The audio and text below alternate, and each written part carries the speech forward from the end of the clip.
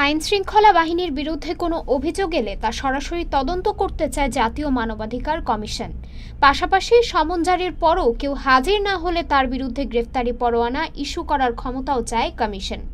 12 November এমন কিছু বিষয় যুক্ত করে বর্তমান আইনটি সংশোধনের জন্য লেজিসলেটিভ ও সংসদ বিষয়ক বিভাগে প্রস্তাব পাঠিয়েছে এই কমিশন।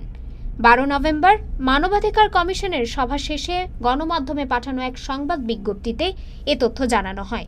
বিজ্ঞপ্তিতে বলা হয়, আইনশৃঙ্খলা বাহিনীর বিরুদ্ধে সরাসরি তদন্তের এখতিয়ার পেতে মানবাধিকার কমিশন আইনের 18 ধারা বাতিলের প্রস্তাব দেওয়া হয়েছে। তাছাড়া কমিশনের চেয়ারপারসন ও কমিশনারদের নিয়োগের জন্য বাছাই কমিটির সদস্য সংখ্যা 9 জন করার প্রস্তাব দেওয়া হয়। বিজ্ঞপ্তিতে আরও বলা হয়, কমিশনের সদস্যদের বাছাইয়ের জন্য কমিটিতে প্রধান বিচারপতির মনোনীত হাইকোর্ট বিভাগের একজন বিচারপতি ও স্পিকার মনোনীত সুশীল সমাজের একজন প্রতিনিধি রাখার সুপারিশও করা হয়েছে। ডেস্ক রিপোর্ট, আজ বার্তা, ঢাকা।